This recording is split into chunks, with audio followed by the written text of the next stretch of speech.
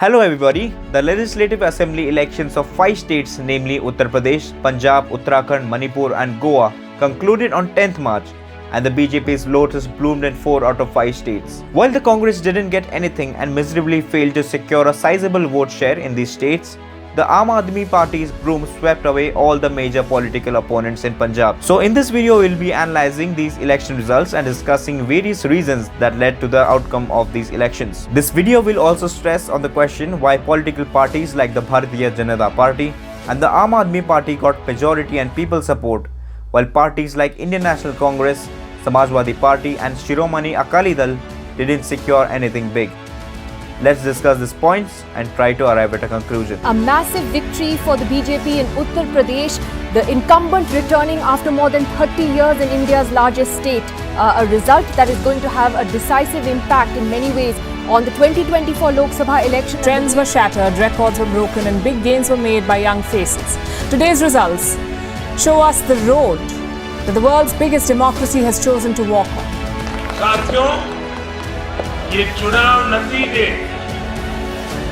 भाजपा की pro mover, proactive governance पर एक प्रकार से बड़ी मजबूत मोहर लगाते हैं। पहले दिल्ली में इंकलाब हुआ, अब पंजाब में इंकलाब हुआ, अब ये इंकलाब पूरे देश के अंदर फैलेगा। Now before we begin the main topic, I'll be analyzing and presenting the election results of each and every state one by one for better understanding and sequencing of this video. So let us begin with Uttar Pradesh. The Uttar Pradesh election results were out and the Bharatiya Janata Party has returned to power with a thumping majority. Though the Samajwadi Party led by Akhilesh Yadav has fared better in comparison to the previous election, it was not enough to touch the majority mark. While Bahujan Samaj Party's performance was the worst in the party's history, Priyanka Gandhi failed to give a new lease of life for the grand old party, the Indian National Congress. Talking about how many seats each party won, the BJP won an overwhelming 255 of the total 403 seats, whereas the opposition party, the Samajwadi Party, won 111 seats. Surprisingly, two other main political parties, that is the Indian National Congress and the Bahujan Samaj Party, won only 2 and 1 seat respectively. Now if you're closely following the elections, you may notice that there are many messages and questions that emerged from trends of the election results in Uttar Pradesh. So let's try to focus on the major pointers and political hints which somewhat indicate the future of Indian politics. So beginning the list at number 1, we have the fact that BJP got record vote share, the best performance in last 42 years. Elaborating this further, the BJP has secured 41% of votes in 2022, which is 1% higher than 2017 when it rode the Modi wave to power in Lucknow. This is remarkable for BJP because from 1980s to 2017, the BJP had never managed to secure more than 40% of the vote share in UP. This is a total new record for the party. Though the number of seats for the party has fallen, its vote share has increased. This shows that there has been a subtle change in the election dynamics. Interestingly, on the other hand, the vote share of the Samajwadi Party has also increased. The bipolar election between the BJP and the SP has completely diminished Bahujan Samaj Party and the Congress in UP. The next point is that the Bahujan Samaj Party and the Congress were completely sidelined by voters. It was predicted that the vote share of the BSP will be reduced drastically in UP. The 12% vote share of the BSP is something political analysts are not able to digest because never before has the vote share of the BSP decreased this much. On the other hand, Congress slogan "Ladki hu, lad sakti hu," which translates to "I'm a girl and I can fight," was a high-pitched campaign by Priyanka Gandhi which was lauded and grabbed headlines during the election campaign. But it failed to convert into votes as the results turned out to be shocking for the Congress party. It managed to get only 2.38% vote share, which is the lowest ever in the history of the grand old party. So the conclusion of this point is that both the BSP and the Congress were sidelined by the voters in the pitched battle between the BJP and the SP. After that, the next point is that BJP got a trump card because of the government schemes and Modi-Yogi double engine factor. Because beneficiaries like free ration, pension, free domestic cooking gas, houses built under the PM Awas Yojana and allowance to farmers were a few schemes that resonated with voters in the UP election. Despite issues under the BJP government like unemployment, increasing crime and mismanagement of the COVID-19 pandemic, the beneficiary voters voted for the BJP. Now explaining the Modi-Yogi factor, the impact of Modi continues to be felt in the minds of the electorate while the graph of popularity for Yogi also rose. As explained earlier, though BJP may have got lesser seats, its vote share has increased by 2%. Now coming to the next point, after the election results were out, many political analysts said it wasn't development, it wasn't jobs, it wasn't multiple beneficiary schemes for the underprivileged, but something very simple and basic, such as law and order, which tremendously helped the BJP. The people of Uttar Pradesh have been historically so starved for a basic sense of safety and security that their poll choice became a reflection of their happiness with what Yogi Adityanath has delivered in his last 5 years in power. Getting to the next point, let me tell you that caste has played a major role in getting votes in Uttar Pradesh. But in this election, BJP not only kept the Brahmin and core BJP vote intact, but pulled in the Yadav votes from the OBCs and the Jatavs and the North Jatav votes which previously belonged to the BSP. Further explaining, the BJP managed to pull out votes from all the castes like general OBCs, SC/STs and even Muslims, hence increasing their voter share percentage. Now a point to note is that in this election, Akhilesh Yadav did his best to increase the heat on Yogi Adityanath, but he failed to project his way forward and build a popular narrative against the BJP. The issues of farmers' protest, fuel prices, unemployment were real, and the opposition parties could have built a strong narrative against the BJP for these issues, but they failed to breach the BJP wall. Now last but not the least, and this is probably the most important point, that is, the BJP continued its door-to-door outreach even during the lockdown, much before the opposition parties could start their campaign. Over the past 6 months, the BJP's top leaders have been touring assembly seats to inaugurate projects and lay foundation stones. The BJP also created election coordination committees for each assembly seat and organized many programs to reach out to scheduled castes and OBCs, whereas no grassroots mobilization was seen among the opposition parties who simply became active during the time of the elections. This proved costly for them and negatively affected their voter base, as the people recognized these last moment election tactics which was played by political parties way back in the 1980s and 90s. So the conclusion here is that the times have changed and it is not easy to fool people by becoming active during the time of the elections, when political parties need people the most, and sleeping otherwise when these parties are expected to serve what they promise. Also pointing out SP's drawbacks, one of the political analysts said that the party lacks micromanagement as it was not on the ground for 5 years. Furthermore, Akhilesh Yadav himself was active only a couple of months before the election and was the lone warrior who fought the BJP, but his social engineering with regional parties could not gain momentum. So this was all about Uttar Pradesh. Now let's move on to Punjab. In Punjab, the Aam Aadmi Party's victory has become a breaking news. This party, which had first entered the Punjab poll arena in the 2012 Lok Sabha elections, went on to become the main opposition after the 2017 assembly elections and has now swept the state with a record 92 seats, the best performance ever by any party after the reorganization of Punjab in 1996. These election results also signifies a shift away from two traditional rivals, the Congress and the Shiromani Akali Dal. The highlight of the state elections is certainly the result in Punjab,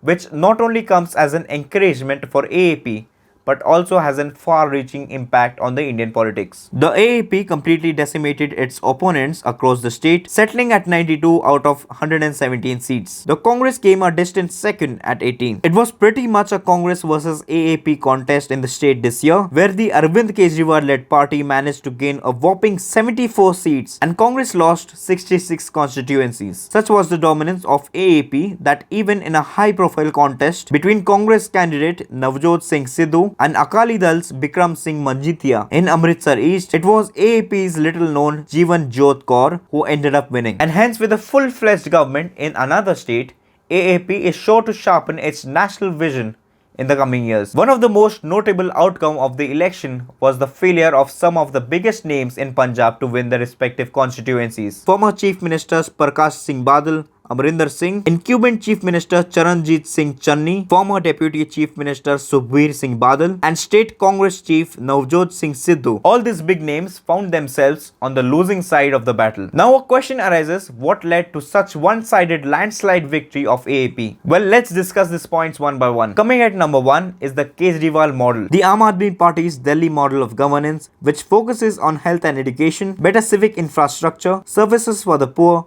and power and water at cheap rates is certainly believed to be the prime reason for the party's victory in Punjab. As an agrarian state, which means that a state's economy is mostly dependent on agriculture, Punjab has been struggling with unemployment, stagnant industrial sector, and a growing divide between rural and urban areas. It hopes this time that the Kejriwal-led party will bring in a much-needed change in the state. At number 2 was the infighting in the Congress party. In the run-up to the election this year, Congress continued to witness conflict within the party in Punjab. The first conflict started between former Chief Minister Amrinder Singh and Punjab Congress Chief Navjot Singh Sidhu, and that caused irreparable damage to the party's image in the state. Soon after Amrinder Singh stepped down, the party brought in Charanjit Singh Channi as the new Chief Minister. However, a days later, fresh conflict appeared between Channi and Sidhu over the CM phase for the state. This is believed to have damaged the victory of the party further. Moreover, the Channi factor also did not work well to repair the broken damage of the party ahead of the election. At number 3 was the farmers' agitation. The farm agitation that continued for more than a year finally forced the central government to repeal the 3 farm laws,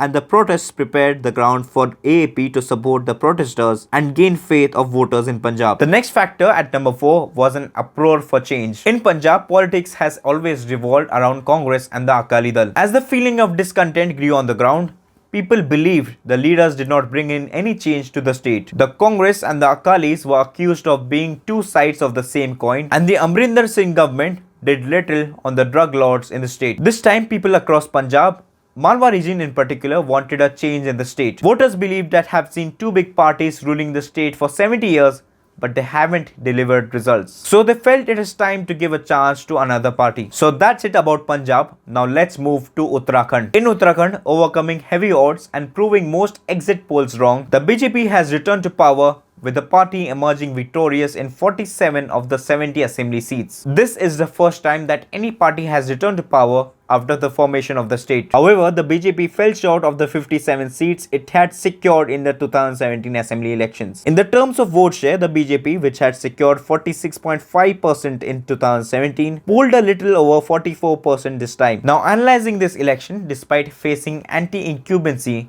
and several opinion polls predicting a hung assembly in Uttarakhand, the ruling BJP surprised many poll watchers and secured a comfortable 2/3 majority by winning 47 seats in the 70-member assembly. Analysts attribute BJP's win to a contribution of factors, prominent among which is the party's strong grassroots level organizational network and PM Modi's popularity, which remained intact among voters in the hills. Prime Minister Modi held rallies in Almora, Haldwani and Srinagar, and in all these areas BJP did exceedingly well. The Saffron Party was able to gain support of women voters who outnumber men voters on several seats and form almost half of the over 82 lakh strong electorate in the Himalayan state. The voters also bought into the BJP's poll pitch of double engine development and benefits brought about by central government sponsored schemes. Projects like One Rank One Pension, about which PM Modi spoke in his rallies, resonated with the defense voters, who form a substantial chunk of the electorate. And lastly, Congress proved to be no match for the grassroots organizational network of BJP and wide access to resources, which was a fact acknowledged by the opposition party members as well. Also, there was no narrative building by Congress in the state of Uttarakhand. If we compare Congress with the BJP on this topic,